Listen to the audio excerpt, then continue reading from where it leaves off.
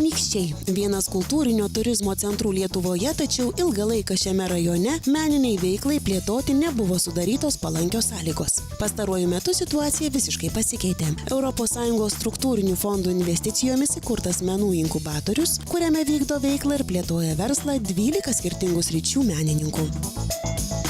Aš manau, kad kūrybingiem verslam labai reikalinga parama ir pagalba.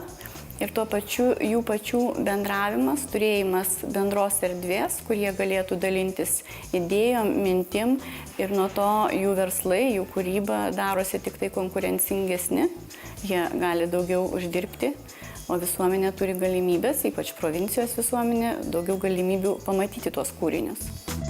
Restauruotame istorinėme kultūrinėme objekte įkurta parodų salė, galerija, menų dirbtuvės ir kitos meniniai veiklai vystyti reikalingos patalpos, kurios nuomojamos lengvatinėmis sąlygomis. Įprasta darbo diena darbai menų inkubatoriuje virte verda. Štai jaunieji kūrėjai ir verslininkai, kurių pagrindinis užsiėmimas mezgimas. Pirmiausia, jaunimas pasiūlė lietuviškai rinkai megztus vokus, o likusius siūlus panaudojo megzti šaliams. Toks jų sprendimas atnešė neįtikėtiną sėkmę.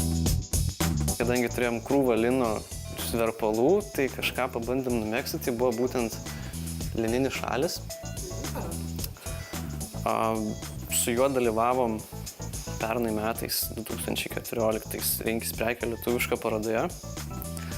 Ir būtent kaip tekstilės gaminys jis laimėjo aukso medalį. Kūrėjai sako, kad idėja po vienu stogu suburti tiek menininkų itin šauni. Super, labai gera idėja. Lengviau kažkaip, tai kai kažkoks kolektyvas, ten kažkur prasimušti ir taip toliau, negu kad tu sėdi vienas kažkokiam savo vienkiami krūmuose ir bandai kažkaip tai išlysti pasaulį. Keramikiai Dangirai pritarė ir autorinių rankinių kūrėja, įžvelgusi ir dar vieną itin svarbų menų inkubatoriaus pliusą. Prieš atsidarant inkubatorių menų dirbau namuose. Ir labai iš tikrųjų apsidžiaugiau, kad tokia įstaiga atsirado Anykščiuose, nes pagaliau atskiriau buitį nuo darbo ir mane tai labai tenkina. Išskirtinių rankinių kūrėja sako, kad būnant menų inkubatoriuje klientų ratas plečiasi nepalyginant greičiau, nei tokius darbus atliekant namuose.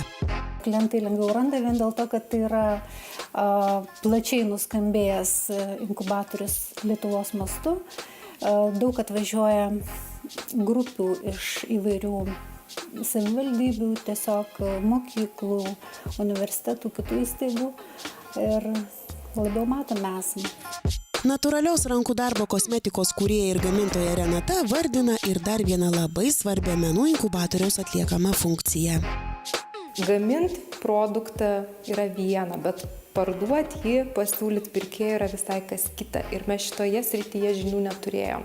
Todėl čia organizuojami įvairūs verslumo seminarai, mokymai ir daugybę dalykų mokomės.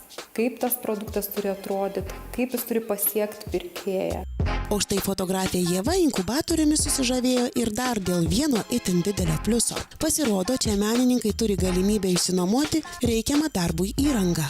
Žinau, kad čia yra galimybė nuomotis pačią geriausią įrangą ir kaina tikrai labai prieinama, todėl aš bandau maksimaliai čia viską išnaudoti, kiek tik galiu. Dėl tos pačios priežasties prieinamos naujausios šiuolaikinės įrangos nuomos kainų menų inkubatoriuje įsikūrė ir 2 bičiulės menininkės, kuriančios gaminius iš įvairiausios tekstilės.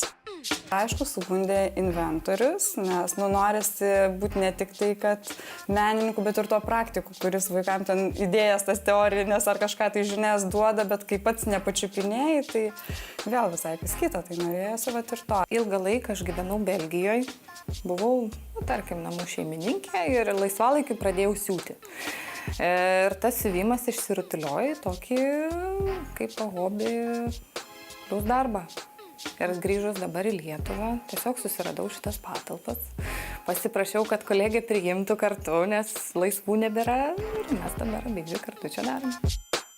Netrukus Anykščių menų inkubatoriuje liepsnos ispaniškas flamenko lydimas lietuviškos sutartinės. Būtent tokia išskirtinė šio vakaro programa, į kurią gausiai susirinko anykštėnai ir miesto svečiai. Visi smagiausi renginiai dabar vyksta čia ir šiaip smagu ateiti pasižmonėti. Spektaklis jau greitai prasidės, o jo pasižiūrėti į Anykščių menų inkubatorių atvyko net pats Ispanijos ambasadorius Lietuvoje, turėjęs galimybę prieš spektaklį susipažinti su menų inkubatoriuje kuriančių menininkų darbais. Well, I'm very happy to see this happening. This is my first time in this city, and I am very curious about the reaction of the public on this art show. I'm being also interested in visiting this incubator of artistic production. Anykštėnų ir miesto svečių gyvenimas pradėjus veikti menų inkubatoriui itin suaktyvėjo. Per 9 jo veiklos mėnesius praėjusiais metais įvairiausiuose renginiuose apsilankė daugiau nei 4000 lankytojų ir šis skaičius nuolat auga. Lietuva keičiasi. Šiandien tuo įsitikinome patys.